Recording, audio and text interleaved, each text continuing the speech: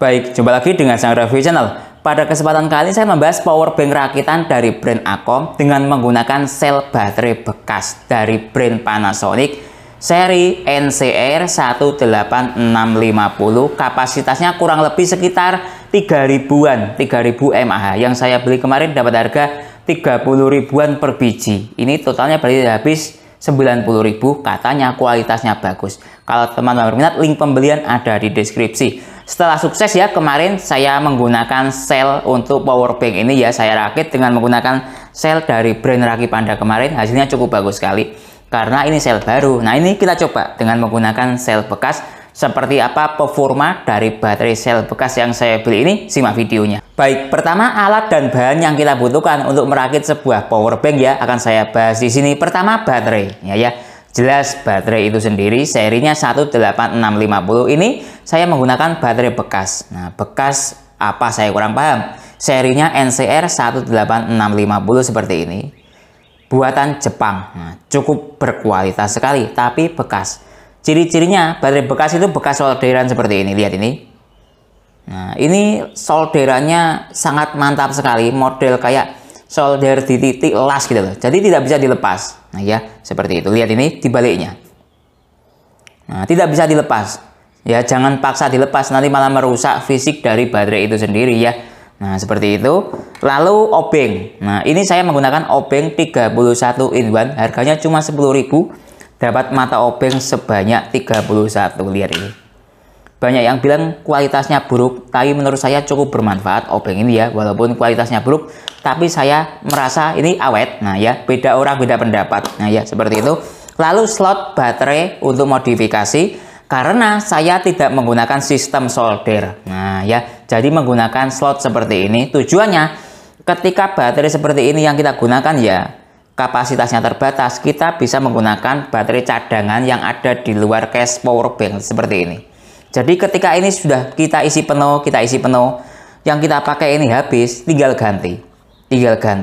Jadi power bank ini walaupun casingnya kapasitasnya kecil ya, atau sekitar 10.000, 20.000 mAh, tapi kita bisa upgrade dengan kapasitas baterai tak terbatas dengan cara seperti ini. Kayak apa? Cara model swap seperti itu mungkin ya. Habis ganti.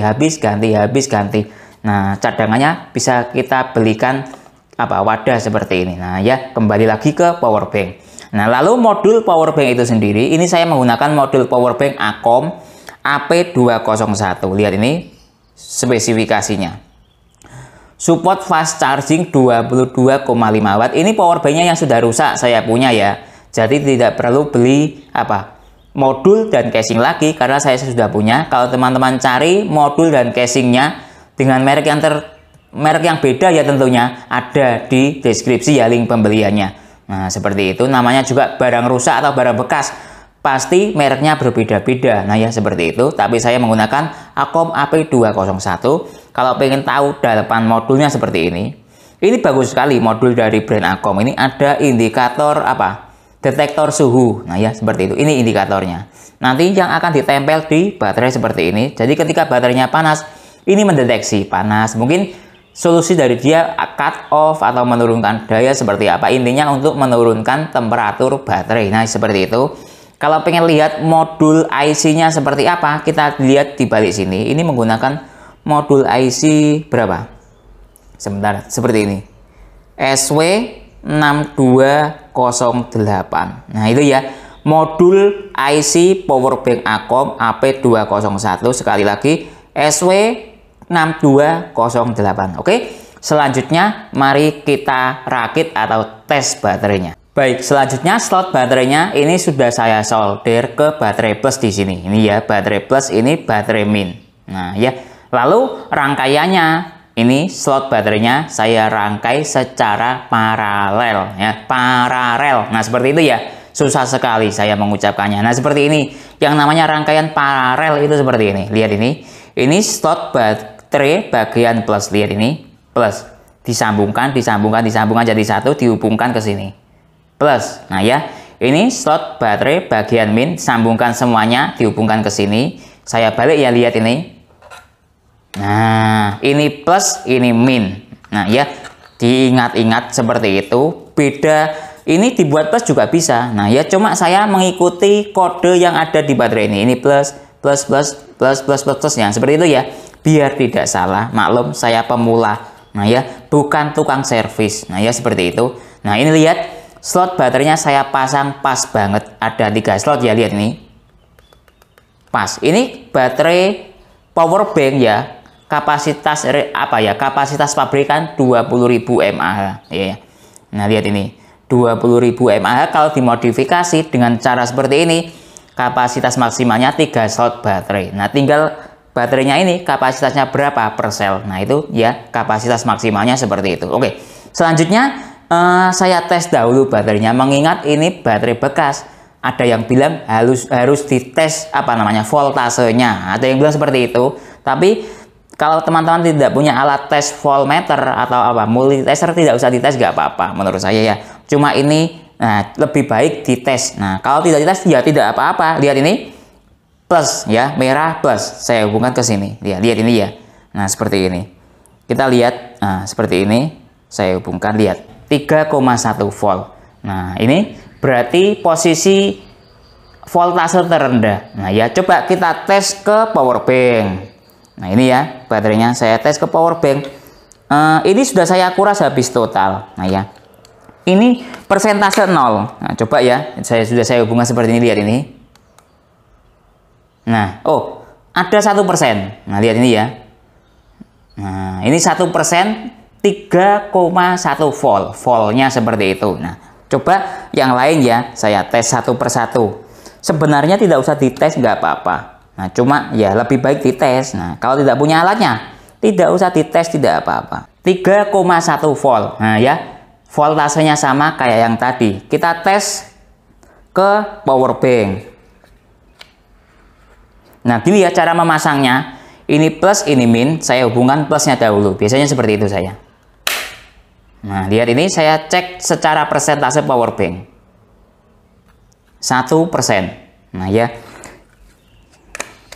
Oke, lanjut yang satunya, tinggal 1. Lihat 3,1 volt.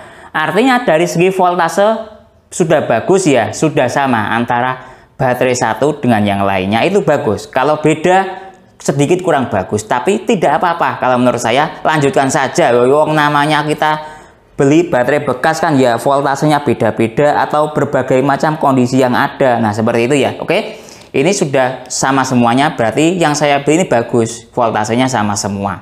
Ukuran untuk buat power bank yang bagus itu voltasenya sama semua atau balance, seperti itu ya kira-kira.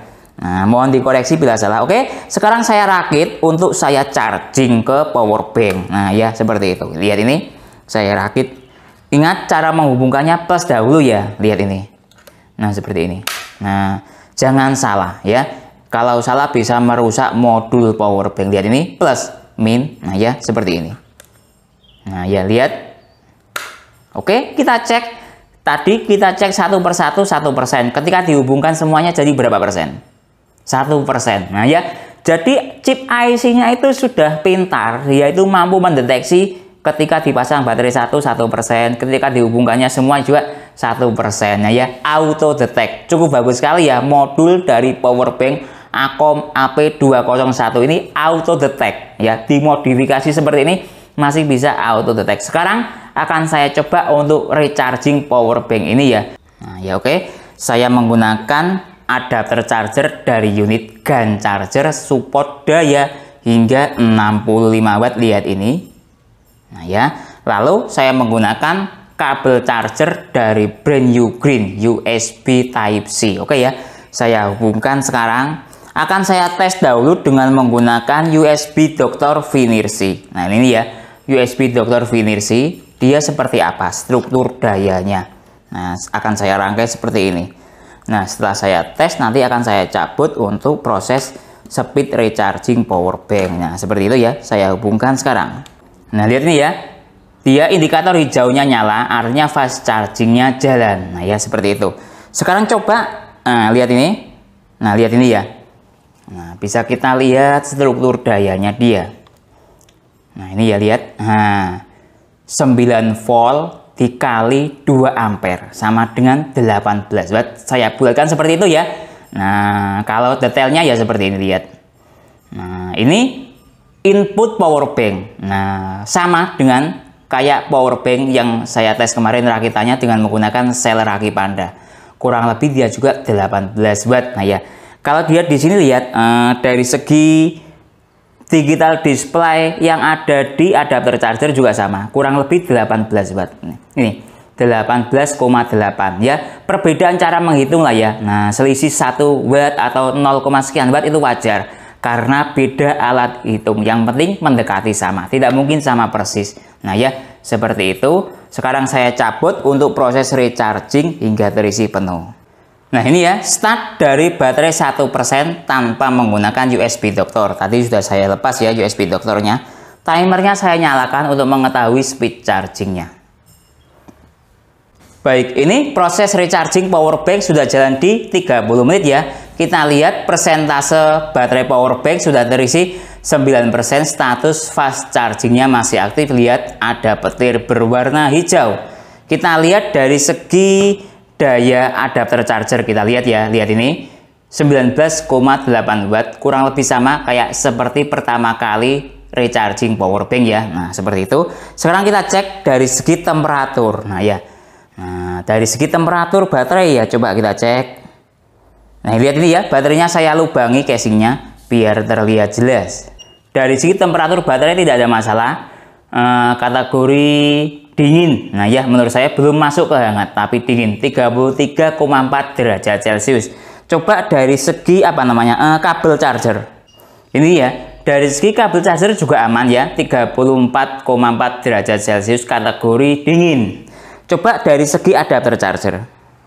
Nah ini ya, dari adapter charger kategori hangat kurang nyaman. Nah, hangat menuju panas karena dia mencapai hingga 53 derajat Celcius, tapi hal itu wajar ya karena daya hisap power bank itu lebih lebih tinggi daripada daya hisap ponsel, sehingga adapter charger ketika charging power bank itu pasti panasnya melebihi panas ketika charging ke ponsel. Nah ya, seperti itu. Selanjutnya kita tunggu ya sampai full charging, membutuhkan waktu berapa menit atau berapa jam. Baik, waktu sudah menunjukkan jalan di 2 jam 50 menit lah ya. Seperti itu, kita lihat power banknya sudah terisi 100%. Nah ya, cukup bagus sekali. Kita lihat dari segi daya yang ada di adapter charger malah sudah mati wattmeternya. Jadi cukup bagus sekali ya performa power bank Acom rakitan ini dengan menggunakan sel bekas dari brand Panasonic ya. Full charging dari persentase baterai 1% hingga 100% hanya membutuhkan waktu 2 jam 50 menit. Oke, selanjutnya coba kita cek voltase dari baterai bekas ini ya. Nah, coba setelah terisi penuh 100%, kita cek satu persatu voltasenya mencapai hingga berapa voltnya. Lihat ini ya, 100%. Nah, oke. Coba saya lepas satu persatu baterainya, lalu saya cek satu persatu dengan menggunakan voltmeter seperti ini. Nah, lihat ini ya. Bagian plus saya hubungkan ke sini, lalu bagian min saya hubungkan ke sini, 4 volt. Nah ya, kalau tadi baterai 1% berapa? 3,1 volt, full 4 volt. Oke, lanjut yang baterai lainnya. Nah ini ya, yang baterai satunya juga 4 volt. Nah ya, sama. Nah cukup bagus sekali ya. Apa ya, voltase baterai ini. Nah setelah diisi dengan menggunakan power bank, menunjukkan sebuah voltase yang sama pada baterai kedua. Lanjut baterai yang ketiga ya. Nah saya hubungkan seperti ini. Nah lihat ini ya, dia juga 4 volt. Nah ya, jadi kualitas baterai bekas yang saya beli di marketplace online ini ya cukup bagus sekali ya, menunjukkan sebuah voltase yang sama dan cukup efektif sekali ya digunakan untuk power bank rakitan. Nah oke, lanjut kita tes kemampuan fast charging dari baterai bekas ini. Baik, lanjut tes protokol isi daya cepat dengan menggunakan USB Dr. Vinirsi seperti ini ya. Nah, lewat jalur USB-A. Oke ya, saya hubungkan sekarang seperti apa kemampuan fast chargingnya setelah diganti dengan menggunakan sel baterai bekas dari brand Panasonic. Nah ini ya, sudah selesai, cukup bagus sekali ya kemampuan protokol isi daya cepatnya atau fast chargingnya. PD tidak aktif atau tidak bisa karena lewat jalur USB-A. Nah, selain itu semuanya bisa ya. mulai dari quick charging, Samsung Adaptive Fast Charging 15 watt, Huawei Fast Charging Protocol atau Supercharger Protocol, semuanya bisa ya. VOOC pun juga bisa, VOOC buat Oppo ataupun Realme ya. Lalu PUM Express versi 1 dan 2 juga bisa. Yang tidak bisa Super VOOC ya, karena memang power bank ini bukan power bank kelas super ya, tapi power bank kelas fast charging. Kira-kira seperti itu ya, makanya dia Super VOOC tidak bisa. Sekarang coba lewat jalur USB-C atau PD ya, kita tes fast chargingnya atau protokol isi daya cepatnya. Nah ini ya, sudah selesai cek lewat jalur USB Type-C atau PD. USB-C PD, lihat ini ya, lewat jalur C saya menggunakan kabel PD Acmic Digiline yang ada wattmeternya seperti ini. Lihat ini hasilnya, PD langsung aktif dengan daya 22 watt. Nah kira-kira seperti itu. Selain itu semuanya bisa, ganti giliran VOOC yang tidak bisa dan Super VOOC. Memang jalur USB-C atau PD VOOC itu tidak bisa. Nah ya seperti itu, tapi cukup bagus sekali ya kalau digabungkan antara USB-A dan USB-C, kemampuannya dia semuanya bisa kecuali Super VOOC yang tidak bisa. Nah cukup bagus sekali ya.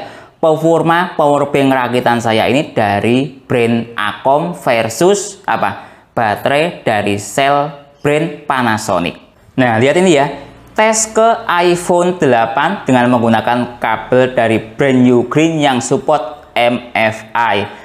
Dengan menggunakan USB Dr. Finissi, dia ini ya, pertama kali saya hubungkan dia mencapai hingga 10 watt, 5 volt dikali 2 ampere. Nah ya, jadi cukup bagus sekali. Nah, malah jalan 11 watt, 12 watt, nah naik turun. Nah ya, seperti itu. Coba saya saya nyalakan. Nah ini ya, baterai habis total. Nah, mencapai hingga 10 watt. Jadi cukup bagus sekali ya. Performa power bank rakitan saya ini yang support ke iPhone 8 atau fast charging ya, kira-kira ini mencapai output daya hingga 10 watt untuk generasi iPhone 8. Baik, lanjut tes ke ponsel Samsung Galaxy M11. Ini support Adaptive Fast Charging 15 watt dengan menggunakan kabel USB Type-C dari brand Acer yang support 66 watt. Lihat ini ya, struktur dayanya dia mencapai hingga 14 watt. Logo indikator power bank, lihat ini, aktif fast chargingnya. Jadi cukup bagus sekali ya. Performa power bank ini yang sanggup fast charging ke ponsel Samsung Galaxy M11. Coba kita lihat dari segi, ini lihat ini, dari segi indikator fast charging Samsung dia pun juga aktif. Nah ya seperti itu. Coba dilihat dari segi yang lain, misalnya ini. Nah notifikasi ini, lihat ini, fast chargingnya pun juga aktif. Jadi cukup bagus sekali ya. Performa power bank rakitan saya ini yang support Adaptive Fast Charging 15 watt ke ponsel Samsung. Baik, lanjut tes ke ponsel Vivo Y21A yang support fast charging Vivo 18 watt. Bisa kita lihat di sini ya, ini saya balik. Nah lihat ini Vivo Y21A. Oke ya, ini kita lihat dari segi logo fast charging, lihat ini dia aktif di power bank. Warna hijau petirnya aktif. Kita lihat dari segi struktur daya 9 volt ya dikali 1,8 ampere, kurang lebih berapa? 16-17 watt lah ya, seperti itu. Nah dari teori support fast charging Vivo 18 watt. Jadi cukup bagus sekali ya. Performa power bank ini untuk charging ke Vivo dia support fast charging. Lihat ini ada logo petir yang berputar seperti ini. Artinya ini fast chargingnya aktif. Nah ini saya menggunakan mode ponsel mati. Nah ya, jadi cukup bagus sekali ya. Performa power bank rakitan saya ini yang support Vivo fast charging 18 watt, real di daya 16,3 watt. Baik, lanjut tes ke ponsel Xiaomi Redmi 9. Ini support quick charging 18 watt ya. Saya hubungkan sekarang. Lihat, ada logo quick charging di ponsel, artinya dia support quick charging. Nah ya, cukup bagus sekali ya performa power bank ini. Oke, kita lihat dari segi ini, indikator hijau di power bank pun juga aktif. Nah ya, cukup bagus sekali ya performa power banknya. Lanjut kita lihat dari segi struktur daya yang ada di USB Doctor. Dia mencapai hingga 6,7 volt dikali 2,1 ampere sama dengan 14,2 watt. Dari teori support quick charging 18 watt, realnya di daya 14,2 watt. Jadi cukup bagus sekali ya performa power bank rakitan ini ya, yang support quick charging ke ponsel Xiaomi. Baik, lanjut tes ke ponsel Samsung Galaxy A05 yang support super fast charging 25 Watt ya. Kita coba. Oke, saya hubungkan sekarang. Lihat ini, logo petir double nyala. Artinya power bank ini support super fast charging ke ponsel Samsung. Karena secara teori tadi dia berdasarkan tes dengan menggunakan USB Doctor, support PD 22 Watt atau kemampuan output maksimalnya dia ini, lihat ya, 22,5 Watt, lihat ini. Nah ya, jadi cukup rasional sekali power bank ini bisa support super fast charging 25 Watt ke ponsel Samsung. Lihat logo petir hijau aktif di power bank. Kita lihat dari segi ini wattmeter yang ada di kabel. Saya menggunakan kabel ACMIC Digiline ya, yang support PD hingga 100 Watt, ada wattmeternya, lihat ini. Nah, dia outputnya bisa mencapai hingga 18 Watt, ada logo PD aktif. Nah, Samsung itu ketika dayanya di atas adaptive fast charging 15 Watt, dia menganggap support super fast charging 25 Watt. Nah, itu ya. Jadi ring Samsung itu adaptive fast charging 15 Watt, di ring maksimal 15 Watt. Selanjutnya di atas itu dia support super fast charging 25 Watt, menganggap seperti itu. Jadi cukup bagus sekali ya performa power bank rakitan saya ini yang support super fast charging 25 Watt ke ponsel Samsung. Lihat ini sekali lagi logo petir double aktif. Baik, lanjut tes ke ponsel Infinix Hot 30 yang support supercharger 33 Watt. Nah, ini coba saya gunakan dua macam kabel ya, USB Type-C dan USB PD. Mana yang paling efektif, output maksimalnya berapa, atau A to C, istilahnya seperti itulah ya.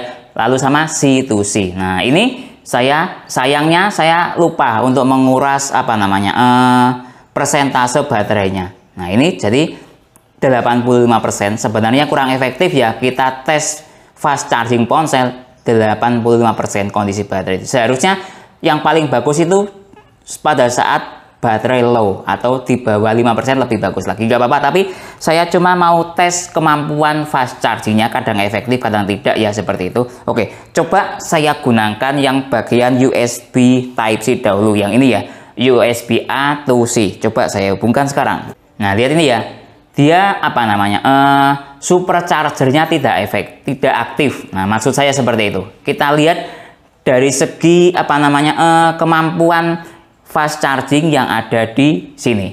Nah, lihat ini kemampuannya dia cukup bagus sekali power bank ini. Dari segi struktur daya mencapai hingga 14 Watt, atau bisa saya katakan kalau menggunakan USB A to C support fast charging. Nah, fast chargingnya Infinix itu 18 Watt, maksimalnya segitu. Ini 13 Watt, masuk dalam kategori ring fast charging. Lihat ini logo petir hijau aktif. Nah ya, cukup bagus sekali ya performa power bank rakitan saya ini ke ponsel Infinix ketika menggunakan USB A to C support fast charging. Sekarang coba saya ganti dengan menggunakan kabel PD. Nah, coba mana yang paling maksimal outputnya. Nah, seperti itu ya. Nah, coba ini saya menggunakan dari brand ACMIC ya, ACMIC Digiline kabel PD lewat jalur PD juga. Nah, tapi tidak menggunakan USB Doctor ya, karena lewat jalur PD USB Doctornya ini kan lewat jalur USB A. Nah, seperti itu. Nah, mungkin teman-teman punya cara lain menggunakan USB Doctor Finersi ini yang lebih bagus, mungkin bisa berkomentar ya di kolom komentar. Nah, ini ya sudah saya hubungkan. Nah, walaupun logo super fast chargingnya tidak aktif ya, coba kita tunggu dia output maksimalnya mencapai hingga berapa watt pada saat persentase baterai 86%. Saya matikan ponselnya, lihat ini logo PD aktif. Nah, lihat ya. Nah, lihat di wattmeter ya. Nah, lihat ini. Tadi kalau menggunakan USB A to C mencapai hingga berapa? 13-14 watt, lihat ini. Mencapai hingga 19 watt maksimal. Ya, cukup bagus sekali ya. Jadi lebih bagus ketika kita charging ke ponsel Infinix yang support supercharger itu menggunakan kabel PD, karena Infinix itu ada dua protokol isi daya cepat ketika kelasnya supercharger. Pertama fast charging 18 watt Infinix, lalu naik ke supercharger 33 watt atau PD. Nah, ini jalan di PD. Lihat ini dari segi fast charging di power bank dia juga nyala warna hijau dengan output maksimalnya di angka tadi berapa?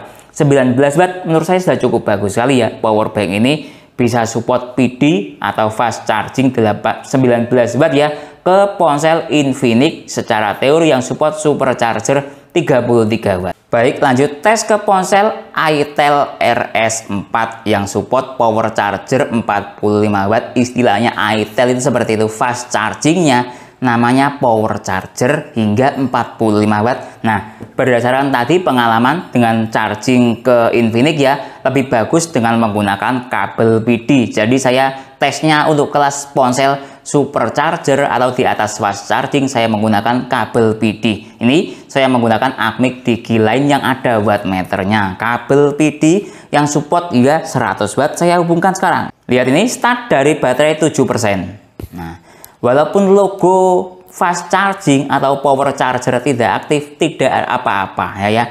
Yang penting kita lihat dari segi output daya yang ada di wattmeter ini gitu loh ya. Nah, lihat ini dari start baterai berapa tadi? 7%. itel ternyata dia support daya di 14 watt PD aktif. Lihat ini ya. Nah, ya memang kemampuannya itel di di power bank yang dayanya fast charging hingga 22,5 watt dia mentok di sini.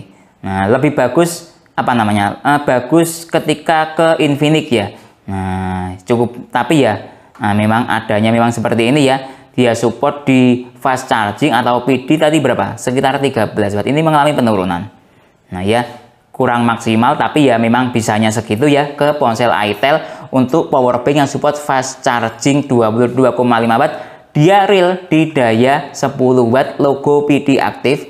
Di sini pun juga sama, logo PD-nya juga aktif. Nah ya, coba saya menggunakan kabel USB A to C ya. Seperti apa hasilnya? Nah, kita kolaborasi. Nah, tapi durasinya akan semakin panjang. Video ini akan menjadi lebih seru. Nah ya, karena saya kolaborasi seperti ini, saya hubungkan sekarang. Nah, tidak ada logo power chargernya. Nah ya, sama. Nah, oke, kita lihat dari segi struktur daya yang ada di USB Doctor. Nah, kurang lebih sama ya, kayak pertama kali saya menghubungkan dengan menggunakan kabel PD, tapi ini masih jalan di 13 watt. Nah ya, cukup bagus sekali sih menggunakan USB A to C ke itel yang support power charger 45 watt. Di sini bisa kita lihat real di daya 13,3 watt. Baik, lanjut tes ke ponsel Oppo A3X ini ya. Ini support SuperVOOC 45 watt. Nah ya, seperti itu. Oke, saya hubungkan lewat jalur USB A to C ya. Kita lihat seperti apa performanya. Oh, ini ya, bagus, lumayan bagus. Dia support VOOC.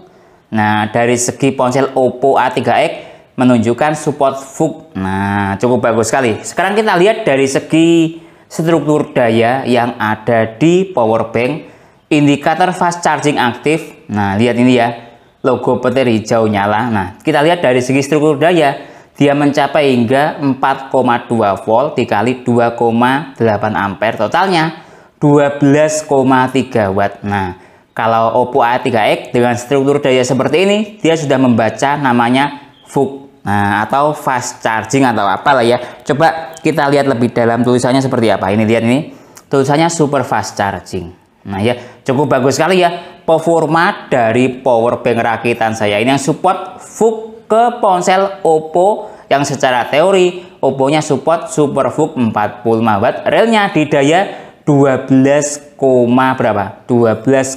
watt lah ya, stabilnya di situ. Baik, lanjut tes ke ponsel Xiaomi Poco M6 Pro ya, support turbo charging 67 watt. Saya hubungkan pertama dengan menggunakan kabel USB A to C. Nah ya, seperti ini dengan menggunakan USB Doctor Finisher. Nah, seperti ini. Nah, coba mode, nah seperti ini. Nah, lihat ini support quick charging. Nah, bukan turbo charging ya, tapi quick charging. Mentoknya di situ ya. Ya karena memang power bank ini support maksimalnya 22,5 watt ya. Kalau ke Xiaomi terbaca berapa? Fast charging 18 watt. Kalau Xiaomi itu struktur daya fast chargingnya seperti itu. Kita lihat dari segi struktur daya yang ada di USB Doctor. Lihat ini, logo apa namanya, petir hijau nyala. Nah, lihat ini ya. Nah, seperti itu.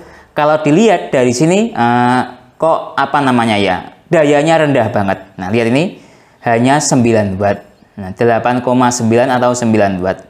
Nah, ya, seperti itu adanya mungkin kurang apa namanya ya, kurang kompatibel ya ketika ponsel turbo charging 67 watt dengan menggunakan power bank yang support fast charging 22,5 watt. Mungkin seperti itu. Coba saya ganti dengan menggunakan kabel charger PD. Nah, seperti apa ya? Nah, ini dengan menggunakan apa namanya, dari brand Acmic, PD Acmic Digiline. Nah, seperti ini yang ada wattmeternya.